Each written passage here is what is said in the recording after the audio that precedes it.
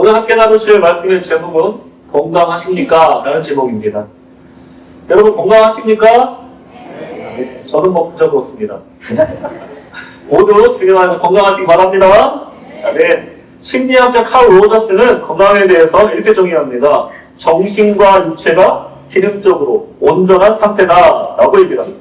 여기서 흥미로운 것은 육체의 건강뿐만 아니라 정신적인 기능 또한 공평한 건강의 척도로 삼는다는 부분입니다. 그러니까 육체의 건강도 중요하지만 정신의 건강도 똑같이 중요하다라는 얘기입니다.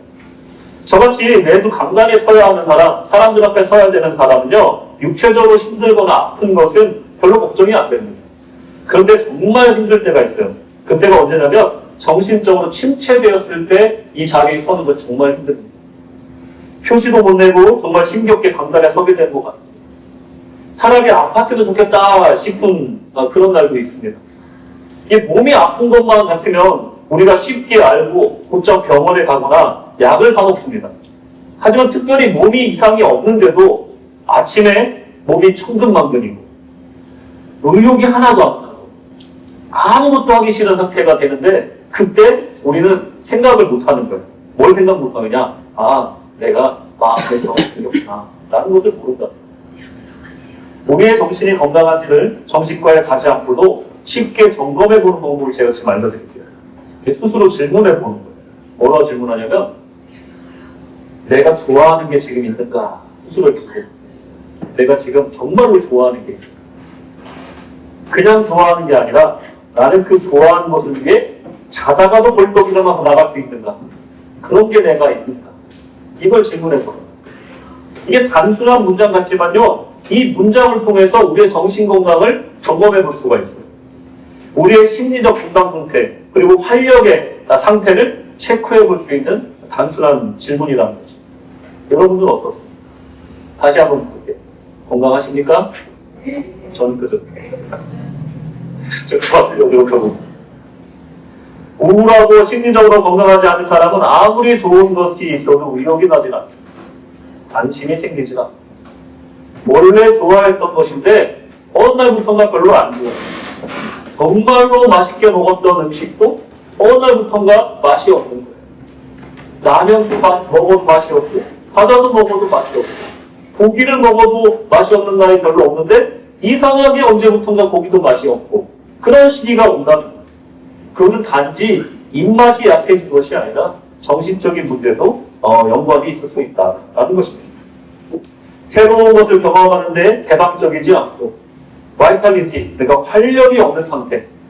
찬양을 드리면서 예배 드릴 때 새로운 찬양이 나오면 참 가사가 좋구나.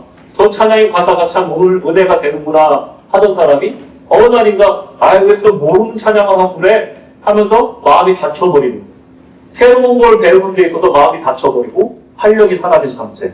이게 바로 우리가 정신적으로 건강하지 못하다는 증거입니다. 여러분 주변에 짜증이 많고 신경질적인 사람이 혹시 있으십니까? 밤에 옆을 보세요. 거울을 보세요. 그런 분들 너무 여러분 타박하지 마십시오. 짜증이 많고 신경질이 많다는 것은 성경적인 문제라기보다는 그분이 체력이 부족한 거라고. 짜증이 많고 신경질적인 사람은 운동을 해서 체력을 키우라라는 말이 있습니다. 아이들도요, 자기가 졸리고 피곤하면요, 자꾸 찡얼거리고 짜증을 내요. 이것은 어른들도 마찬가지다. 내가 히스테리컬하고 뭔가 좀 날카로운 성격이라면 운동을 해서 체력을 키우면 많이 보완된다. 우울한 사람이 제일 먼저 해야 될 일은 무엇인가? 라고 했을 때 심리학자들은 삼각대로 살아 라고 얘기를 한다고. 무슨 말이냐? 누워있지 말고 앉아있으라는 거예요. 뭘 보더라도 누워서 보지 말고 앉아서 보라는 거예요. 앉았으면 일어나라는 것이고 일어났으면 밖으로 나가서 걷기라도 하라는 것이에요. 그래야 우울증을 이길 수 있다는 것이에요. 제가 오늘 왜 이렇게 정신건강의 중요성에 대해서 이렇게 얘기를 하냐면 우리 육체적 건강, 정신적 건강은 우리 영적 건강과 직결되기 때문에 그렇습니다. 그리고 인간관계에도 큰 영향을 주고요. 하나님과의 관계에도 큰 영향을 주기 때문에 지금 중요하게 말씀드리고 있습니다. 오늘 여기 모이신 모든 분들 영육호 삼박자 모두 온전하고 건강하시길 축복합니다. 오늘 성경적 관점에서 바라본 이 영육권의 건강에 대해서 한번 살펴보도록 하겠습니다. 첫째로 낭망의 원인에 대해서 좀 보겠습니다. 이 정신적으로 병에 걸렸다는 것은 보통 이 불안한 상태, 또 우울이나 낙심한 상태를 정신적으로 병에 걸렸다라고 얘기해요. 요즘에 뭐 연예인병이라고도 하고 부자병이라고 하는 공황장애에 대해서 좀 얘기를 들어보니까 이게 일반적으로 답답한 정도, 뭐 폐쇄공포증 이 정도가 아니래. 너무나 죽음의 공포가 느껴지는 폐쇄감. 이것 때문에 그 자리가 무슨 자리든 중요하지 않은 자리든 뛰쳐나가고 싶을 정도로 아니면 창문 밖으로 뛰어내리고 싶을 정도로 공포감이 밀려오는 상태가 공황장애. 그러니까 이 불안함이 최고치로 올라가는 것이 공황장애인 거예요. 우울함이 최고치로 올라가면 우리가 그걸 감당할 수가 없다는 거예요. 환자들의 얘기를 들어보면요, 왠지 건널목에 서 있으면 자꾸 지나가는 차에 뛰어들고 싶은 충동이 걷잡을 수 없이 들어서 무서워서 밖에를 못 나간다는 우울증 환자가 있어요. 이 우리가 낙심의 모습을 보면 보통 이런 불안과 우울과 낙심의 모습이 있는데 이게 정신적으로 건강하지 않은 건데 오늘 본문 말씀에도 이 시편 기자의 상태가 나옵니다. 11절 말씀. 내 영혼아 내가 어찌하여 낭망하며 어찌하여 내 속에서 불안하여 하는고 너는 하나님을 바라라. 나는 내 얼굴을 도우시는 내 하나님을 오히려 찬송하리로다. 아멘. 오늘 본문의 시편 기자는 심적으로 불안한 상태예요. 그리고 낭망한 상태입니다. 또 여기서 불안이라는 것도 좀 제가 단어를 찾아보니까 우리가 알고 있는 그 불안이 아니더라고요. 성경에서 말하는 불안은 뭐냐면 히브리어 단어에서 떠들다, 요란하다, 허나하다, 울부짖다 이런 뜻을 갖고 있어요. 그러니까 무슨 말입니까? 쉽게 얘기해서 불안하다, 속이 시끄러워서 속이 시끄러운 상태인 거예요. 평안하지가 않고 안정되지가 않고 속이 시끄러운 상태가 바로 이 소란한 상태가 바로 이 불안한 상태다. 그럼 낭만은 뭐냐? 낭만. 히브리어 단어를 딱 찾아봤더니 두 가지 뜻이 담겨 있더라고요. 이게 동사였을 경우, 명사였을 경우 이렇게 있는데 동사였을 경우 시아흐라는 단어인데 노가 없어지다. 낭만이 노가 없어지다. 낮아지다. 이렇게 돼 있다. 명사는 뭐냐면 참 재밌더라고요. 명사는 떨기나 그리고 가시덤 이렇게 명사로 돼 있는 거예요. 그러니까 우리나라 말로 낭망하다는 히브리 사람들은 어떻게 얘기하는 거야? 나 낭망했어. 이렇게 한국 사람들이 얘기하지만 히브리 사람들은 나 지금 녹아내리고 있어. 재밌죠? 히브리 사람들은 나 낙담했어. 나 지금 눌려서 낮아지고 있어. 라고 얘기를 한다는 거예요. 그리고 명사로 얘기하면 머릿속으로 이 낙담했다라는 말을 하면서 머릿속에 뭘 상상하냐면 히브리 사람들은 떨기나무를 연상하면서 그 단어를 대는다. 여러분 이미지가 그려지십니까? 낭망이 뭔지? 우리는 보통 낭망했다라고 하면 뭘부터 생각해요? 눈물부터 생각해요.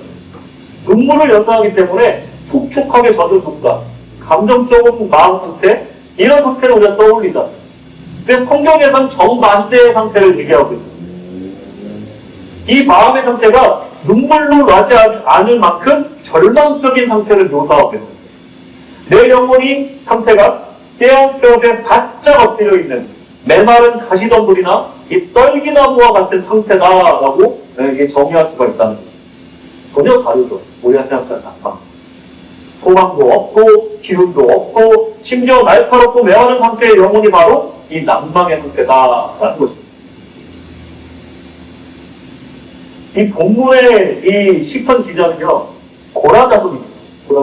고라자손의 시에 42편이. 이 고라자손은 대대로 어떤 사람들이냐? 성전에서 찬양 인도를 하는 족속들입니다.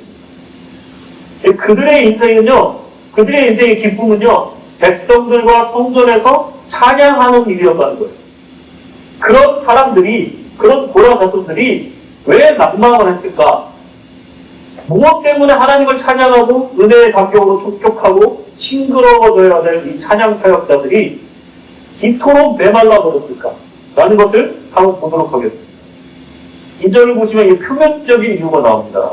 2절에 내 영혼이 하나님 있고 생존하시는 하나님을 갈망하나니 내가 어느 때에 나아가서 하나님 앞에 배웠고 아멘. 어느 때 나아가서 하나님 앞에 배웠고 이렇게 얘기해요. 저도 군대 가기 전에 교회에서 찬양 인도자로서 꽤 오래 찬양 인도를 했습니다. 근데 군대에 갔더니 이게 교대 근무로 이제 보초를 서다 보니까 주일날 교회 못 가는 경우가 되게 많은 거예요. 그날은 크리스마스 이브 날이었어요. 그것도 부대 내에 있는 교회 앞에서 보초를 서게 됐는데 저 바로 앞에서는 캐롤 소리가 들리고 다른 우리 군인들 선후배들이 다 거기 들어가서 크리스마스 예배 드리면서 막 왁자지껄 하는 소리가 들리는 거예요. 그 소문에 의하면 그날 크리스마스 이브라서 맥도날드 햄버거를 줬다는 소문이 있고 그래서 제 마음을 찢었어요. 그러면서 십자가를 눈 내리는 십자가를 바라보는데 마치 제가 이 마음이었어요. 어느 때 나아가서 하나님 앞에 배웠고 하면서 교회에 나아가고 싶은 그 마음이 그때만큼 간절한 적이 있었나 싶을 정도로 교회에 너무 가고 예배드리고 싶어요. 이 시편 기자는요, 내적인 요인, 외적인 요인으로 인해서 하나님께 나아가지 못하는 상태인 겁니다. 그러니까 마음이 낭망한 거예요. 자꾸 메말라 가는 겁니다. 하나님께 나아가고 싶은데 못 나가니까 자꾸만 날카로워지고 메말라 가고 낙심되는 거예요. 그런 상태에 있는 거예요. 우리는 언제 교회에 못 나갑니까? 직장 문제나 생계 문제로 예배 자리에 나오지 못할 때가 있어요. 외적인 문제. 또 내적인 문제가 있죠. 우리의 신앙이 식어버리고 침체되었을 때 내가 가고 싶어도 가고 싶은 마음이 생기지 않아서 예배에 나오지 못하는 경우가 있습니다. 내적인 문제. 내적인 문제, 외적인 문제. 모든 것이 낭망의 상태라는 거죠. 이게 바로 낭망의 상태. 먼저 제가 외부적인 비난, 외부적인 요인에 대해서 좀 시편 기자가 낭망한 이유에 대해서 외부적인 이유에 대해서 좀 살펴보자면 3절에 사람들이 종일 나더러 하는 말이 내 하나님이 어디 있느뇨 하니 내 눈물이 주야로 음식이 되었다. 아멘. 하루 종일 사람들이 나의 기독교인 됨을 계속 공격하는 거예요. 계속해서 야, 네 하나님 믿는다며. 너 하나님 어디 있어? 네가 하나님이 있으면 왜 세상이 이렇게 돌아가? 왜 이렇게 불의한 세상이야? 왜 이런 세상, 이 제약된 세상을 돌아가? 하면서 세상 사람들의 지속적인 비난과 공격이 있는 그 상태라는 거예요. 그래서 내 눈물이 주야로 나의 음식이 될 정도로 계속 흘러내리는 그 상태. 그러다가 그 끝에 더 이상 흘린 눈물까지 없어진다. 그게 바로 낭망이다. 시편 기자의 심령은 사시나무처럼 떨리고 떨기나무처럼 메마르고 가시덤불처럼 날카로워졌다는 것입니다. 주여로 눈물을 흘리며 슬퍼하며 절망하다가 이제는 더 이상 흘릴 눈물도 없어서 낮고 날카로운 신음소리만 나는 상태를 겪어보지 않은 사람, 그 절망이 얼마나 고통스럽고 삶을 놓아보고 싶게 하는지 알지 못합니다. 특히 더 고통스러운 이유가 또 있습니다. 나를 비난하는 이들이 이방인이 아니에요. 나를 비난하는 사람이 엄청난 악인들이 아니라는 점이 더 나를 알게 합니다. 4절입니다. 내가 전에 성의를 지키는 무리와 동행하여 기쁨과 찬송의 소리를 바라며 저희를 하나님의 집으로 인도하였더니 이제 이 일을 기억하고 내 마음이 상하는 도다. 아멘. 누가 그렇게 했다고요? 나와 함께 성의를 지키는 뭡니까? 예배를 같이 나오던 사람입니다. 기쁨과 찬송 소리를 바라던 사람, 나랑 같이 찬양하는 사람들이다. 하나님의 집으로 내가 인도했던 사람들이에요. 말하자면 내가 전도했던 사람들인 거예요. 그리고 내가 함께 찬양 인도했던 그 백성들이었던 거예요. 그들이 나를 향해서 야 하나님이 어디 있냐? 무슨 신앙생활 그따위로 하냐? 하고 계속 손가락질하고 있어. 그게 더 나한테 아프다.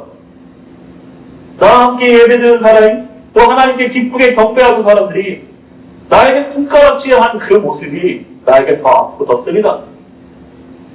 나와 전혀 상관없는 사람이 나를 비난할 때는요, 여러분 견딜만 합니다. 안 보면 되는 거죠. 하지만 나를 사랑하는 사람과의 이 냉전과 서로 그냥 상체기를 내는 이 설전은 어떨 때는 마음속 깊이 박혀서 평생 가는 경우도 있다는 거예요. 인간이 영육권으로 조성되어 있고 우리 삶도 환경과 육체 같은 보이는 구성 요소 그리고 마음과 영혼 같은 보이지 않는 요소로 이루어져서 유기적으로 상호작용을 하고 있습니다. 그러니 외부적인 문제가 육체에 타격을 주고 마음을 아프게 하고 더 나아가 심령을 낭만시키는 이런 연쇄 반응이 일어난다. 여러분, 우리 육신이 병에 걸리면 그냥 육신만 아프면 참 괜찮겠는데 그거로 끝나지 않습니다. 몸이 아프잖아요. 여러분, 그러면 정신도 아프고, 정신이 아프잖아요. 영혼도 어느샌가 시들시들. 제가 신방을 다니다 보면요, 몇 년째 지금 계속 한 달에 한 번씩 신방을 가고 있는데, 어르신들을 가보면은 몇 년 전하고 지금하고 너무 달라요. 그래도 앉아 계셨었어요, 몇 년 전. 그리고 또 오면은 아유 사관님 오셨어요 하고 제 쪽을 바라보시면서 너무 반갑게 웃으면서 반겨주던 분이에요. 근데 지금은 어떤 줄 아세요? 누워서 눈만 이렇게 보면서 사관님 이러고 마셔. 몸이 아프고 그러다 보면 활력이 사라지고 그러다 보면 정신이 약해지고 그러다 보면 매일 틀어놨던 찬송가도 귀찮아지고 매일 듣던 설교 유튜브도 이제는 듣기가 귀찮은 거예요. 그러니까 멍하니 하루 종일 천장만 바라보고 있게 되다가 믿음도 식어져. 이렇게 연계가 돼 있고 이 관계 속에서 우리가 이해를 해야 됩니다. 상처 입은 마음을 추스르고 시간이 어느 정도 흐르면 치료가 돼요. 마찬가지로 우리 영혼이 낭만했을 때 치료가 필요해요. 소망이 필요합니다. 그러려면 우리가 이 치료법을 알아야 되는데 먼저 고난과 환란에 대한 의미를 우리가 왜 나를 이렇게 낭만 속에 살아야 되는가? 하나님 뜻은 어디 있는 걸 알아야 돼요.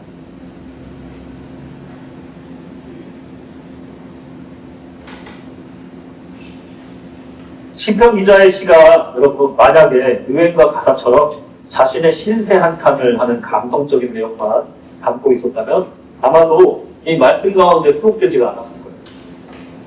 이 시에는 뭐가 들어있냐면 낭망의 이야기를 하지만 한편으로는 하나님을 향한 간절한 믿음과 구원의 소망을 노래하고 있기 때문에 말씀 가운데 수록됩니다. 믿음의 본이됩니다. 이렇듯 낭망을 다루는 방식에 따라서 우리는 하나님께 대한 깊은 신앙과 더 인격적이고 강한 유대감을 강화시키는 방향으로 우리는 성장할 수 있다는 것을 우리가 시편을 통해서 얻을 수 있는 교훈이에요. 그러기 위해서 우리가 만약 낭망을 자기 연민으로 덧칠하거나 또 그것을 나의 감정적인 요소로 받아들여서는 안 된다는 거예요. 더 성숙한 방식으로 대처해야 돼요. 영혼의 낭망을 이기고 또 성화의 길로 이끌어야 된다. 그런 의미에서 하나님이 왜 우리에게 이런 이해가지 않는 외로움과 고통스러운 낭만의 시간을 주셨는지를 성찰해 봐야 될 필요가 있다는 거죠. 제가 사람들을 만나면요, 이 사람은 평생 고난이라고 우리 겪어보지 않은 사람 같은 사람이 있어요. 그러면 진짜 구김살이 하나도 없는 사람이 있어요. 그냥 밝고 유쾌한 사람이 있어요. 또 실제로 물어보면 고생이라고는 한 번도 안 해본 사람이에요. 그 순수의 사람. 그런 사람을 만나면 저는 어떤 사람이에요? 되게 부러워. 나도 저기 구김살 없는 사람이었으면 좋겠다. 세상 걱정 없이 살았으면 좋겠다. 그런 생각이 들어요. 가끔 아이들하고 얘기하다 보면요, 아이들의 목표는 뭡니까? 내일 필요 없어요. 과거 필요 없어요. 오늘 이 하루를 즐겁게 살아가는 게 애들의 목표예요. 그러니까 오늘 이 시간에 내가 그게 필요한 거예요. 그러니까 엄마랑 맨날 싸우는 거예요. 왜 꼭꼭 지금 그걸 달라고 하는 거냐. 그걸 가지고 싸우고. 근데 애들 시선에는요, 그냥 나에게는 오늘밖에 없는 거야. 나한테 미래가 없어. 그냥 오늘만 즐거우면 되는 거예요. 그냥 구김살도 없는 거예요. 애들은 순수한 거예요. 단순한 거예요. 그야말로 구겨진 곳이 없이 쫙 펴져 있는 상태인 거예요. 참 신기합니다, 애들은. 아무도 제가 어려서부터 좀 구김살이 있게 자라서, 굴곡이 있게 자라서 그럴 수도 있어요. 또 반면에 사실 인생의 굴곡을 겪고 그 고난을 통해서 인생에 어떤 해답을 얻은 사람을 만나면요, 또 그거 나름대로 참 존경스러워요. 배우고 싶고. 그런 거 보면 구김살 없이 포실하게 자란 사람은 청량감 있고 순수함이 있는데, 또 반면에 인생의 우여곡절을 겪은 사람은 그 사람대로 또 진한 향기가 있다라는 거죠. 뭐 도라지나 집뿌리, 뭐 약초 같은 것을 절구에 되게 찌면, 빻으면 이게 연해지면서 향이 진하게 이렇게 올라오잖아요. 이 확실한 것은 고난에는 분명히 무엇인가 유익이 있다는 것을 우리가 알 수가 있습니다. 우리가 아는 고난의 정의는 무엇입니까? 힘겨운 일이죠, 힘겨운 일. 안 겪었으면 하는 일, 이게 고난이다. 하지만 하나님께서 주신 고난은 더 큰 목적이 숨겨져 있어요. 단어를 찾아보니까 아니라는 단어가 있어요. 이 고난인데 아나라고도 하고, 이거를 찾아봤더니 아까 그 낭망의 그 뜻과 비슷합니다. 나츠다, 겸손하게 하다, 이런 뜻이에요. 그러니까 아까도 말씀드렸지만 히브리 사람들은 나 고난당하고 있어 라고 얘기한다면 어떻게 얘기하냐면 하나님께서 나를 낮추고 계셔, 하나님께서 나를 겸손하게 만들고 계셔. 이게 우리나라 말로 고난당했다 이렇게 말합니다. 환란은 뭘까? 환란은 차라라고 합니다. 차라. 부산도 사투리는 차가 이거네. 재미없어요. 단단히 조이다. 단단히 조이다. 나사목 같은 걸 단단히 조이다. 그리고 좁은 틀에 가두다. 포도 같은 거를 좁은 틀에 가두어서 짜는 거죠. 압착하다. 이런 뜻을 갖고 있어요. 그게 뭐냐? 내가 환란을 당했다. 그러면 히브리 사람들 뭐라고 하냐면 내가 단단히 조여지고 있어. 내가 좁은 틀에 가두어졌어. 그리고 내가 압착되고 있어. 라고 얘기한다. 사방이 꽉 막힌 좁은 공간에 갇혀서 숨도 쉬지 못하는 또 짓눌리는 이 극심한 압박감. 정신적 에너지가 맷돌에 달리듯 압착되어서 자아가 무너져 내리는 상태. 이게 바로 환란이라는 것입니다. 그냥 힘든 정도가 아니라 이런 과정을 통해서 필요 없는 수분이 제거되는 거예요. 액기스만 남는 거예요. 실제로 우리의 가장 중심에 있는 모습이 드러나는 거예요.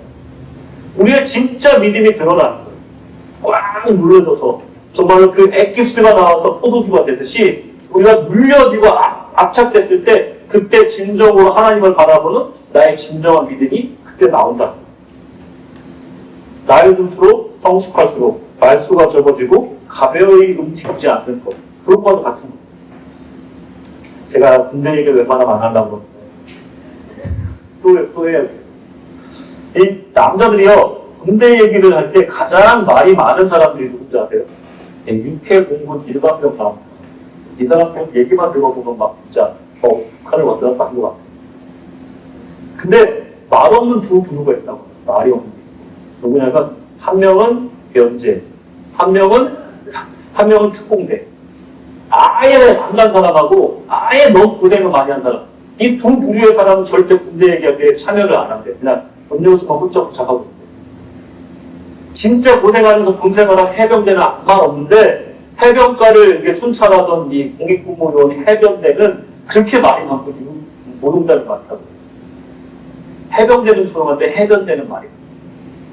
이렇게 고난과 환란을 통해 사람은 낮아지고 겸손해지고 그 인생의 분노력이 없어지고 농축되는 경험을 하게 되니까 그래요. 더 말할 필요 없고 풀리고 확장할 때도 그냥 내 인생에서 좋은 경험이었어 라고 생각을 한다는 거죠. 이 영혼의 난망을 겪을 때 우리는 시편 기자의 노래를 기억해야 됩니다. 고난과 환란은 단순히 이 또한 지나가리라가 아닙니다. 통과 의례가 아니라는 거예요. 오늘 나에게 주시는 이 절망과 우울과 무력감을 이 넘겨야 되는 한 고비가 아니라 밟고 올라가야 되는 한 계단으로 여겨야 된다는 것입니다. 고난과 환란은 낭만과 두려움을 통해 우리 하나님은 우리를 더 넓은 마음과 깊은 생각과 더 진한 인품의 향기로 빚어내기를 원하신다는 것을 우리 기억해야 됩니다.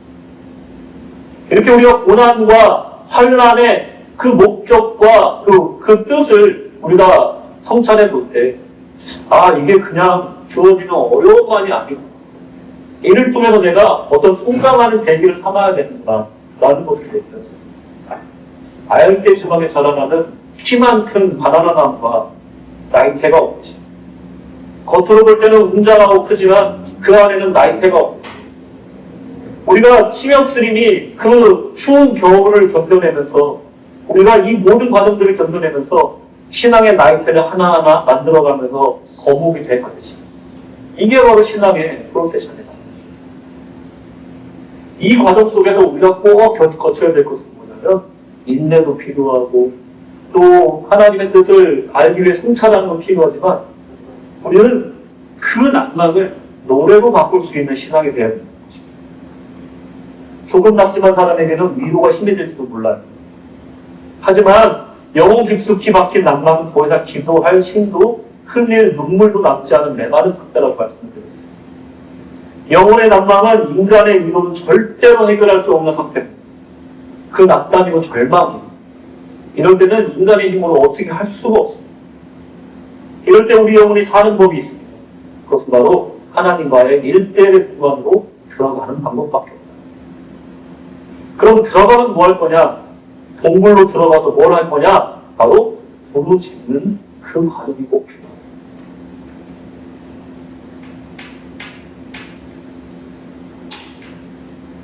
여러분, 다윗이야말로 큰 영광과 낭만을 인생 내내 경험한 사람입니다. 인생의 롤러코스터를 탄 사람입니다.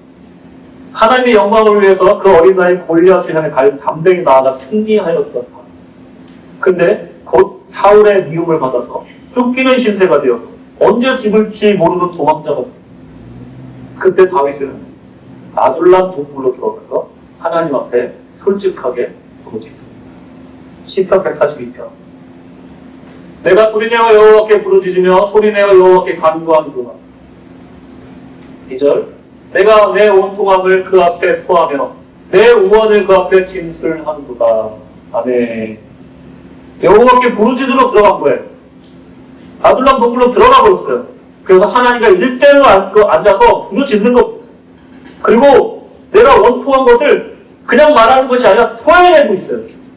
나의 어려운 일을 진술하고 있는 거예요. 설명하고 있는 거예요. 늘어놓는 거예요, 하나님 앞에. 여러분, 어려운 일을 만나면 점잖은 기독교인들은요, 쉬쉬하고 조용히 지나가길 원해요. 하지만 신앙인에게 이 받는 고난과 환난은요, 분명 주시는 목적이 있고 뜻하신 바가 있기 때문에 분명히 우리의 반응이 요구됩니다. 그냥 지나가는 게 아니에요. 분명히 우리가 뭔가를 신앙적인 반응을 해야 돼요. 그게 뭐냐, 바로 부르짖는 거예요. 원통하면 원통하다고, 억울하다고, 미우면 밉다고 하나님 앞에 나와서 아둘람 동굴로 들어가서 토해내야 된다는 거예요. 이 시간이 우리에게 너무나 필요하다는 거예요. 신세 한탄을 해도 하나님 앞에 나와서 하라는 것이죠. 심지어 욥은요, 하나님께 따지듯이 기도했습니다. 모세는요, 하나님께 단판을 짓듯이 토로한 적이 있어요. 그런데 신기하게도 하나님은요, 이들을 불경하다라고 말하지 않았어요. 그들을 책망하지 않았습니다. 뭐라고 얘기하냐면 저들은 나의 친구다라고 얘기합니다. 하나님이 원하시는 관계는 바로 그런 거예요. 인격적인 관계, 친구적인 관계, 솔직한 관계, 내가 힘들면 힘들다 말하는 관계, 가식 떨면서 아닌 척하는 것이 아니라 하나님 앞에 부르짖는 그 관계를 원하신다는 거예요. 우리는 하나님을 저 멀리 우주 어딘가에 모셔 두고 정작 어려운 일이 있을 때나 낭망할 때는 다른 것을 의지할 때가 너무 많다는 거예요. 그때 부르짖어야 된다는 것입니다. 하나님이 내 옆에 있어야 된다는 것입니다. 나의 고통 가운데, 나의 고난 가운데 주님이 채우라고 계심을 발견해야 된다는 것입니다. 하나님은 우리의 진솔한 한탄과 울부짖는 소리를 들어주시고 함께 울고 함께 웃는 이런 인격적인 관계, 친구의 관계를 원하신다는 것입니다. 오늘 시편 기자는 마찬가지입니다. 42장 10절. 내 뼈를 찌르는 칼같이 내 대적이 나를 비방하여 늘 말하기를 내 하나님이 어디 있느냐 하도다. 하나님께 억울한 상황을 다 털어놓는 거예요. 저들이 이렇게 얘기합니다. 하나님, 제 마음이 찢어진 것 같습니다. 하나님, 하나님 앞에 진솔하고 정직한 토로로 이것을 베풀어낼 때 이것이 오늘날에 후대에 가서 시편으로 남게 된다. 무슨 말입니까? 시편은요, 예전에 노래였어요. 하나님을 찬양하는 노래였어요. 나중에 지나고 보니 나의 이 토로함, 부르짖음, 하나님 함께 진솔함, 이것들이 다 주님 앞에 노래가 되더라. 낭망될 때 우리가 은밀한 동굴로 들어가고 하나님과 일대일로 만나고 그 앞에 부르짖어 아야 하는 이유가 여기 있다. 아까도 말씀드렸잖아요. 이 과정이 없으면 우리에게 나이테가 생기지 않는다. 우리가 크지 않는다. 우리가 신앙의 거북이 되는 과정은요, 그냥 쭉 자라난 알대 기후의 어떤 바나나 나무 같은 것이 아니라는 거예요. 겨울을 지나고, 또 겨울을 지나고, 또 겨울을 지나서 생기는 그 나이대 속에서 우리 신앙이 성숙해가고, 커져간다. 이 프로세스를 겪어요. 고난을 만날 때마다, 난방을 만날 때마다 쭉 쳐져 있어. 이따 지나갈까 하고 엎어져 있어.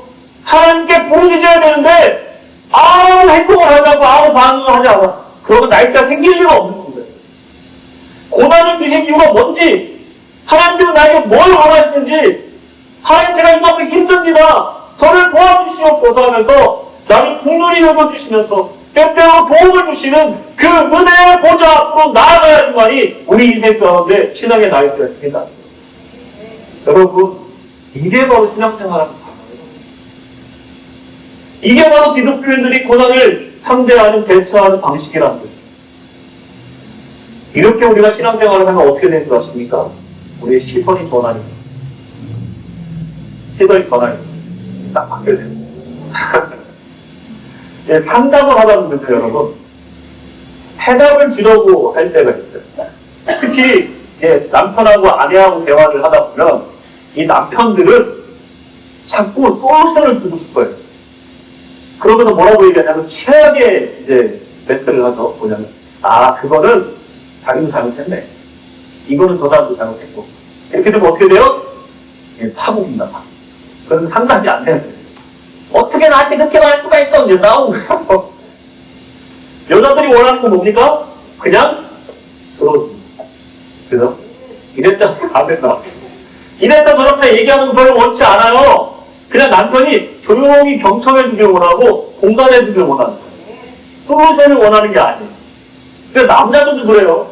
남자들도 반반이에요. 어떨 때는 솔루션을 원해서 선배들이나 친구들한테 물어볼 때가 있는데, 그렇게 말이 많은 친구들이 있어요. 야, 좀 주의 좀 들어줘봐 할 때가 있다니까요. 남자들도 반반이에요. 제가 상담을 하다 보면요, 내가 솔루션을 안 줬을 때 상담이 잘 돼요. 제가 막 들어주고 신세한탄하는 거 꼭 참고 들어주고, 그리고 그러냐고 힘드냐고 같이 얘기해주다 보면요, 나중에는 신기한 일이 벌어져요. 제가 뭐 얘기를 안 했어요. 근데 자기 스스로 마음 쑥 뛰어. 그리고 더 신기하게도 자기를 막 성찰해. 네, 나도 잘못했지. 막 그러면 자기를 막 성찰해요. 그 다음에 뭐까지 하냐면은 이제는 내가 이렇게 하면 안 되겠구나 하고 솔루션을 스스로 얻었어요. 그러니까 굳이 내가 스스로 솔루션을 줄 필요가 없었던 거예요. 여러분 마찬가지입니다. 기도도 마찬가지예요.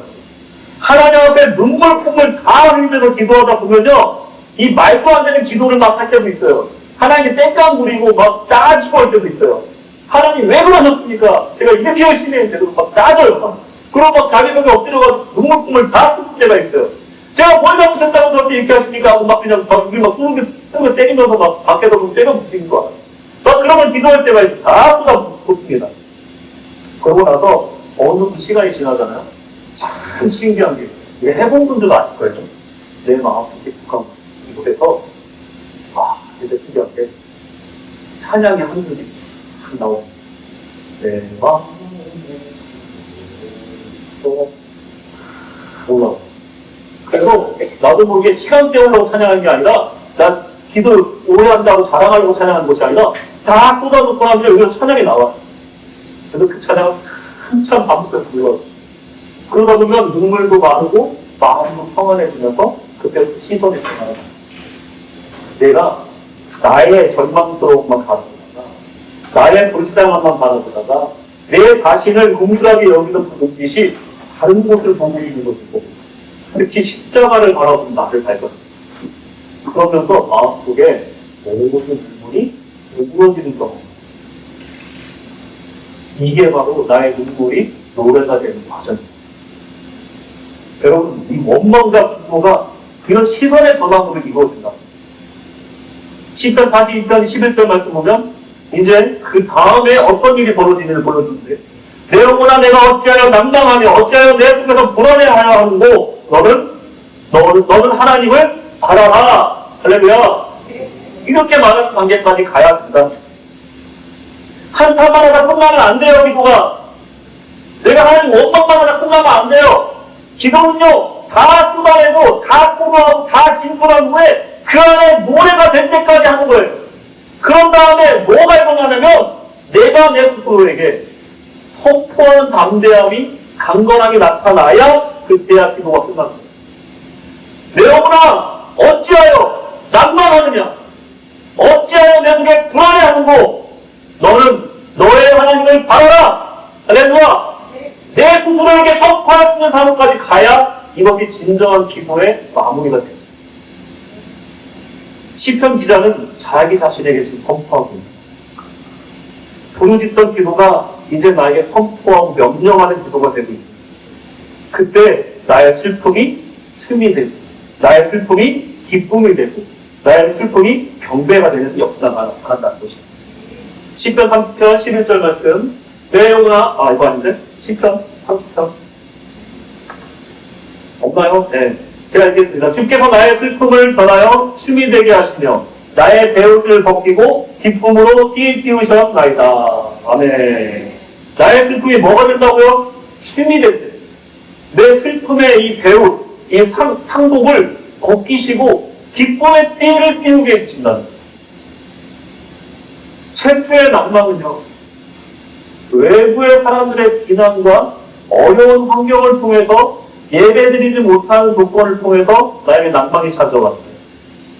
그렇지만 결국 나 스스로 내 영혼을 다스리고 내 영혼의 방향을 하나님께로 향하는 담대함과 강건함의 소유한 성숙한 신앙으로 변화시켜줬다. 슬픔이 춤이 되게 됐다. 상복이 기쁨의 띠가 되었다. 라는 결론을 맞이하게 된다. 어떻게 돼요? 하나님께 포로하고 신자를 진부하고 하나님께 맡겨 노래가 되고 이것이 나의 성숙권. 여러분, 여러분의 삶 속에 이런 신앙의 나이테의 과정이 있으시기를 축원합니다. 자, 하나님은 또 여기까지만 하시는 분이 아니죠. 이래서 제가 설교가 길어집니다. 여기서 끝나면 안 돼요. 신앙생활은 여기서 끝나면 안 돼요. 여기서 끝나면 안 되는 거예요. 중요한 게 남았어요. 뭐냐면 너 혼자 신앙생활 잘하고 너 혼자 천국 가면 끝이다. 아니라는 거예요. 하나님은 우리를 이제 상처 입은 치료자로 인도하십니다. 다시 다윗의 아둘람 동물로 돌아갑시다. 다윗은요, 그 운둔기, 이 송숙기를 통해서 진정한 리더로 거듭납니다. 사무엘상 22장 2절 말씀. 환난당한 모든 자와 빚진 자와 마음이 원통한 자가 다 그에게로 모였고 그는 그 장관이 되었는데 그와 함께한 자가 400명가량이었더라. 아멘. 처음에 어땠습니까? 다윗은 너무 힘들어서 하나님께 부르짖으려고 남 몰래 아둘람 동굴에 들어간 거예요. 그래서 하나님을 만났어요. 하나님께 부르짖었어요. 기도했어요. 나의 응관을 또 설명드렸어요. 그러면서 내가 찬양하니 또 나의 슬픔이 기쁨으로 변하는 경험을 했어요. 그래서 내 신앙이 한 단계 성숙했어요. 그런데 그게 어디로 귀결되냐면 나와 같이 슬펐던 사람, 나와 같이 어려웠던 사람, 그 사람들이 나에게 몰려와서 나의 위로를 받고 있다. 나는 그냥 내 힘든 얘기를 했을 뿐이야. 그리고 나는 그저 하나님 앞에 도움을 청했을 뿐이야. 근데 어느 순간 내가 다른 사람들을 치유하는 상처받은 치유자로서의 역할로서 세워져 있더랍니다. 장관이 세워져 있더랍니다.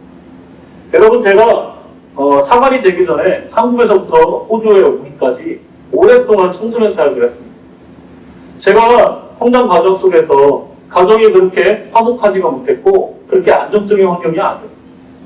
근데 예수를 믿고 나서 교회에 가봤더니 저의 또 다른 가족들이 있더라고요. 권사님들, 집사님들, 장로님들, 목사님, 사부님, 저를 자기 자식처럼 그렇게 섬겨주시고 그게 보살펴주더라고요. 그게 너무 감사해서 제가 어디 다른 길로 갈 수가 없어요. 제가 철이 들어서 20살쯤 돼서 대학교를 갈 때쯤 되니까 내가 뭘 해야 될까 생각했는데 고민이 별로 없어요. 나에게 해주신 대로 나도 청소년들에게 하면 되겠구나. 고민이 없어요. 그래서 오랫도록 청소년 사역을 했습니다. 무슨 말입니까? 나의 상처가 결국은 하나님의 계획이 됩니다. 여러분의 상처가 그저 나 혼자 힘들고 많은 것이 아니고 그저 지나가는 그런 기억이 아니라 이 상처를 통해서 나를 쓰시고자 함이 있구나. 그걸 깨달아야 된다는 거죠.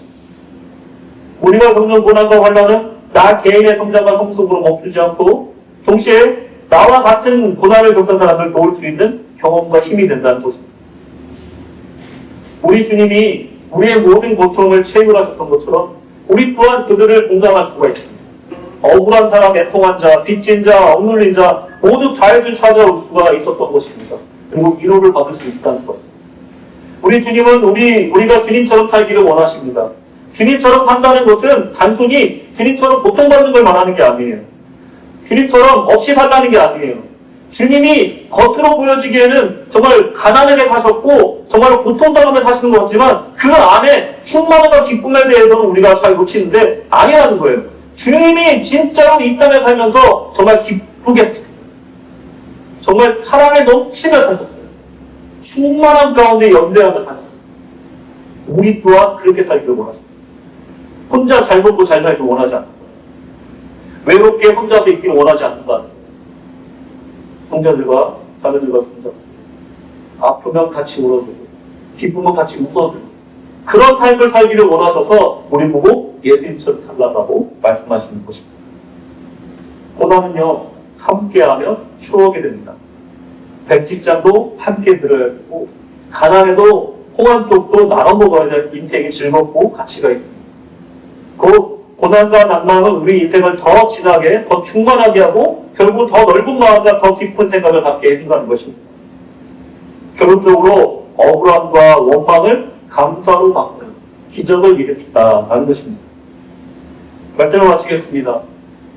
여러분들이 생각하는 인생은 무엇입니까? 많은 선인들이 얘기하기를 인생은 고해를 바다라고 얘기합니다. 대부분의 고통 가운데 잠시 주어지는 홀송에서 떨어지는 한 방울의 행복을 바라보며 이 고통을 참고 사는 것이 인생이다 라고 말합니다. 누구나 만나는 이 낭망의 순간에 모든 사람이 성장하는 것이 아닙니다. 인생 파고를 많이 만났다고 해서 다 어른이 되는 것은 아닙니다. 광야를 만났다고 해서 다 통과하는 것도 아니고 가난에 들어가는 것도 아닙니다. 그렇다고 병에 걸렸다고 해서 건강을 잃은 것도 아닙니다. 그 병을 이길 힘이 있으면 여전히 그 사람은 건강한 사람인 줄로 믿으시기 바랍니다. 마찬가지로 낭망하였다고 해서 우리 영혼이 건강에 사라진 것이 아닙니다. 여전히 주님께 부르질 수도 있고 그 안에 소망을 찾고 낭망을 통해 성숙한다면 그 영혼은 여전히 건강한 영혼입니다. 우리가 진짜 걱정해야 될 것은 무엇이냐면 육체의 건강도 아니고요. 정신의 건강도 아니고요. 무엇보다 고난을 만났을 때, 낭망을 만났을 때 하나님께 부르짖지 못하는 나의 영혼의 상태라는 것입니다. 내가 진짜로 걱정해야 될 것은 정말 하나님께 나아가야 될 때 나아가지 못하는 우리의 영혼의 상태라는 것입니다. 그것은 건강하지 않은 영혼입니다. 오늘 이 자리에 혹시 영혼의 깊은 낭만 가운데 계신 분들이 계시다면 저는 여러분을 위로하기보다는 여러분의 영혼에게 명령하기를 원합니다. 우리 다 함께 선포하겠습니다. 절 따라합니다. 내 영혼아 낭망하지 마라. 내 영혼아 불안해하지 마라. 너는 너의 하나님을 바라라. 너는 너의 하나님을 바라라. 할렐루야.